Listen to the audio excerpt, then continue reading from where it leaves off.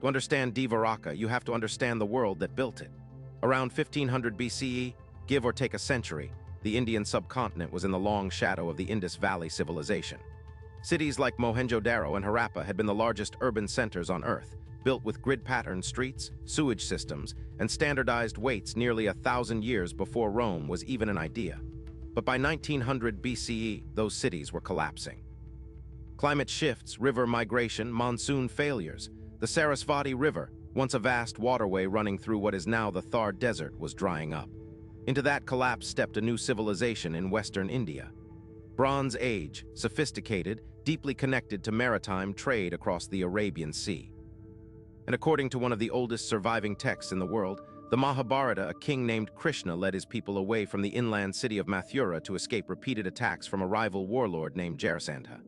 He took his Yadava clan west, to the edge of the sea, in what is now the Saurashtra Peninsula of Gujarat. And there the text says he built a fortified port city of unimaginable wealth. The text gives a name, Dvaraka, the city of gates. Here is what nobody tells you. The Mahabharata is not vague, it gives geographic markers. It says Dvaraka was built on land reclaimed from the sea. It says the city had 12 gates. It says it was surrounded by walls. And it says, very specifically, what happened to it. We will get to that in a moment, and that is where it gets counterintuitive. If this is landing, save this video. You will want to come back to this one because what comes next is what flipped a religious story into an archaeological obsession. For 2,000 years, pilgrims have traveled to the modern town of Dwarka on the Gujarati coast, believing it stood on the site of Krishna's lost capital. The Dwarkadish temple there is over 2,500 years old, but the city the temple commemorated, nobody had ever found it. By the 1800s, British colonial scholars had labeled the entire Krishna narrative as religious fiction. The city, they said, was a myth. Then in 1963, a man named S.R. Rao changed everything. Rao was not a mystic. He was a hardened archaeologist who had excavated the Indus Valley site of Lothal, discovering the world's oldest known tidal dockyard, dated to 2400 BCE. Rao knew that ancient Indian shipbuilders had been operating ocean-going vessels over 4,000 years ago. So when he read the Mahabharata's description of Dvaraka, he did not see myth. He saw coordinates. In 1983, Rao led a team from the National Institute of Oceanography in Goa. They dove off the modern coast of Dwarka, and almost immediately they found it. Submerged stone walls, massive dressed stone blocks, a grid of paved roads beneath the sea. Triangular three-holed stone anchors that match Bronze Age Mediterranean designs perfectly, meaning whoever lived here was conducting international maritime trade. They pulled up pottery, copper bells, iron stakes. They mapped 6 distinct sectors of an underwater city stretching across the seabed. But the real shock came later. In May of 2001, the Indian government's National Institute of Ocean Technology announced that side-scan sonar surveys in the Gulf of Combat, just south of Dwarka, had detected geometric structures on the ocean floor at depths up to 40 meters. They dredged up artifacts. A piece of wood was sent for carbon dating to the Birbal Sani Institute of Paleobotany. The result came back. The wood was 9,500 years old. 9,500 years. That is older than Göbekli Tepe in Turkey, older than the first known city on Earth, and it was sitting at the bottom of the Arabian Sea, exactly where the oldest text in India had been pointing the entire time. Now here is the moment the story turns dark, because the Mahabharata does not just describe Dvaraka's construction, it describes its destruction, and the description is precise enough that geologists started paying attention. The text says that after the Great Kurukshetra War, Krishna returned to Dvaraka. The Yadava clan fell into infighting, civil violence consumed the city, and Krishna himself died from an arrow wound shot accidentally by a hunter who mistook his foot for a deer. And then, just days after his death, the sea rose. The text states it plainly. The ocean swallowed the city, wave by wave, building by building, until nothing remained above the surface. The survivors fled inland. For thousands of years, that was treated as religious allegory. The death of a god, the end of an age. But marine geologists looking at the Gulf of Combat and the Saurashtra coast found something disturbing. The sea level around western India did rise dramatically, not once, but in repeated pulses, during the early to middle Holocene period, between roughly 7,000 and 1500 BCE. Tectonic activity along the Cambay Rift caused episodes of rapid coastal subsidence. Entire stretches of dry, inhabited land sank beneath the Arabian Sea.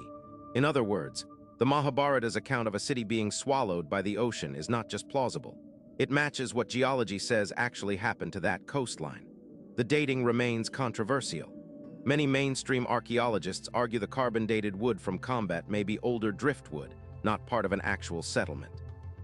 Critics like Harvard's Michael Witzel pushed back hard against the 9,500-year date. But the submerged structures Rao mapped off Dvaraka in 1983, the dressed stone blocks, the gateways, the harbor walls, those are not in dispute. Something was there. Something was built. Something was lost. Have you ever read an old story and wondered if any of it was real? Drop in the comments. What is the oldest myth from your own culture that you think might be hiding a buried truth? And here is the part where most people get this completely wrong. The assumption has always been that ancient civilizations were primitive, isolated, technologically simple. But the Dvaraka site does not support that picture. The anchor stones match Syrian and Cypriot designs from 1500 BCE. The harbor engineering required tidal knowledge equivalent to Phoenician ports 1,000 years later. This was not an isolated kingdom. This was a node in a Bronze Age trade network that stretched from the Persian Gulf to East Africa to mainland India. So why was Dvaraka forgot? Why did the world's oldest surviving epic point straight at it, and yet for centuries no one believed? Part of the answer is colonialism. When British scholars in the 19th century encoded their version of Indian history, they treated Sanskrit texts as religious fantasy rather than potential historical record. Rivers like the Sarasvati, described in the Rigveda as the largest in India, were dismissed as imaginary. Then in the 1980s, satellite imagery confirmed a massive paleochannel running exactly where the Vedas said it had been. The Sarasvati was real. It had simply dried up 4,000 years ago. The same pattern repeated with Dvaraka. The text told us where to look. We refused to look, and the implications are staggering. If carbon dates from combat hold up, even partially, they push organized urban civilization in India back to a period when conventional history says humans were still hunter-gatherers in that region. It would mean that the Indus Valley was not the start.